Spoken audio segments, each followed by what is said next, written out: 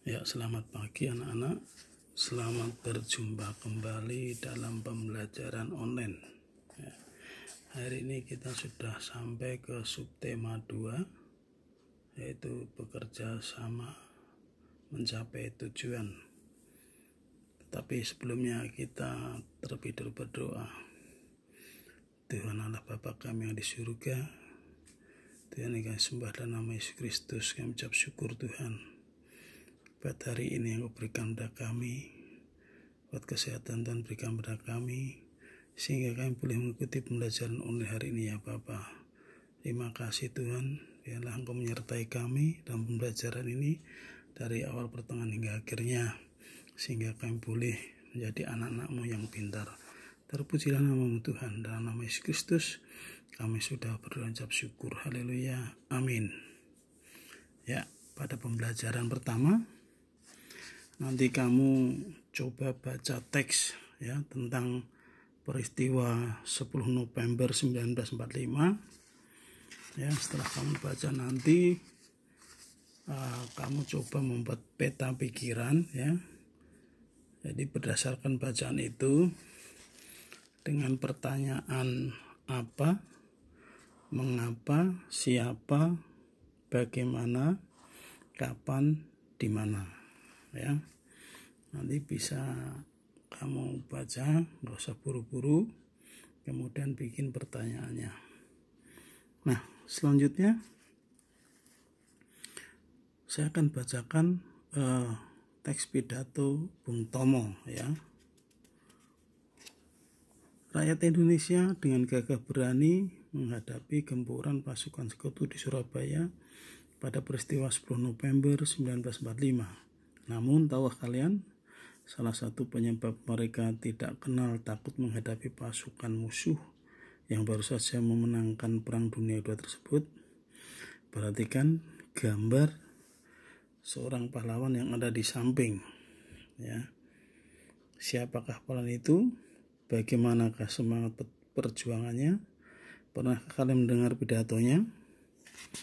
Nah, saya akan membacakan pidato teks pidato Bung Tomo ya. Pidato Bung Tomo pada peristiwa 10 November 1945. Bismillahirrahmanirrahim. Merdeka. Saudara-saudara rakyat jelata di seluruh Indonesia, terutama saudara-saudara penduduk kota Surabaya. Kita semuanya telah mengetahui bahwa hari ini tentara Inggris telah menyebarkan pamflet-pamflet yang memberikan suatu ancaman kepada kita semua.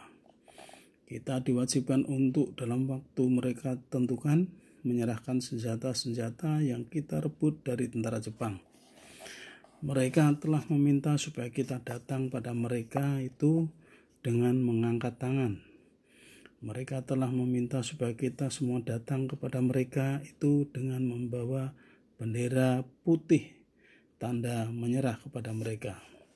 Saudara-saudara, di dalam pertempuran yang lampau, kita sekalian telah menunjukkan bahwa rakyat Indonesia di Surabaya, pemuda-pemuda yang berasal dari Maluku, pemuda-pemuda yang berasal dari Sulawesi, pemuda-pemuda yang berasal dari Bali, pemuda-pemuda yang berasal dari Kalimantan, pemuda-pemuda dari seluruh Sumatera, pemuda Aceh, pemuda Tapanuli, dan seluruh pemuda Indonesia yang ada di Surabaya ini, di dalam pasukan-pasukan mereka masing-masing dengan pasukan-pasukan rakyat yang dibentuk di kampung-kampung, telah menunjukkan satu pertahanan yang tidak bisa dijebol, telah menunjukkan satu kekuatan sehingga mereka itu terjepit di mana-mana.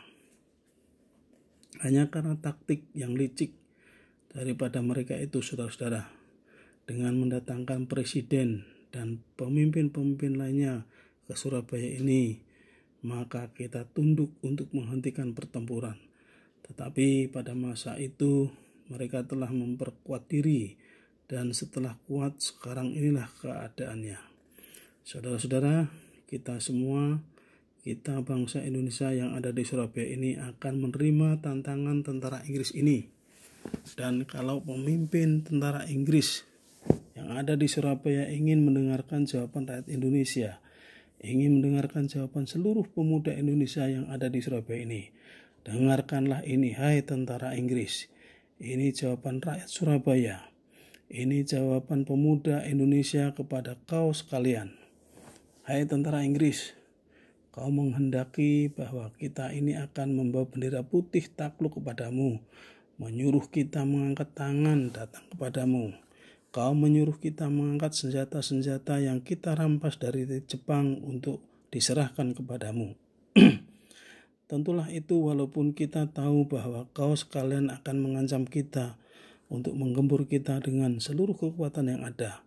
Tetapi inilah jawaban kita. Selama benteng-benteng Indonesia masih mempunyai darah merah yang dapat membuat secari kain putih menjadi merah dan putih, maka selama itu tidak akan kita mau menyerah kepada siapapun juga. Saudara-saudara rakyat Indonesia Surabaya, siaplah keadaan genting. Tetapi saya peringatkan sekali lagi, jangan mulai menembak. Baru kalau kita ditembak, maka kita akan ganti menyerang mereka itu. Kita tunjukkan bahwa kita adalah benar-benar yang ingin merdeka. Dan untuk kita, saudara-saudara, lebih baik kita hancur lebur daripada tidak merdeka. Semboyan kita tetap merdeka atau mati. Dan kita yakin, saudara-saudara, pada akhirnya pastilah kemenangan yang akan jatuh ke tangan kita. Sebab Allah berada di pihak yang benar. Percayalah, saudara-saudara, Tuhan akan melindungi kita sekalian. Allahu Akbar, Allahu Akbar, Allahu Akbar, merdeka. Nah, setelah mendengarkan teks tadi, ya, coba kamu menjawab pertanyaan-pertanyaan di bawah ini, ya. Ada 5 soal pertanyaan. Nah, kemudian membaca teks tentang lebah. Ya, tahukah kalian bahwa hewan pun ada yang memiliki etos kerja sama yang tinggi seperti para pejuang kemerdekaan kita? Perhatikanlah kalian, pernahkah kalian melihat koloni lebah, ya, atau sekumpulan lebah? Bagaimana lebah bekerja? Bacalah teks ini dengan seksama, ya. Nanti kalian baca teks itu, dan kemudian kamu menjawab pertanyaan-pertanyaan yang berkaitan dengan teks. Nah,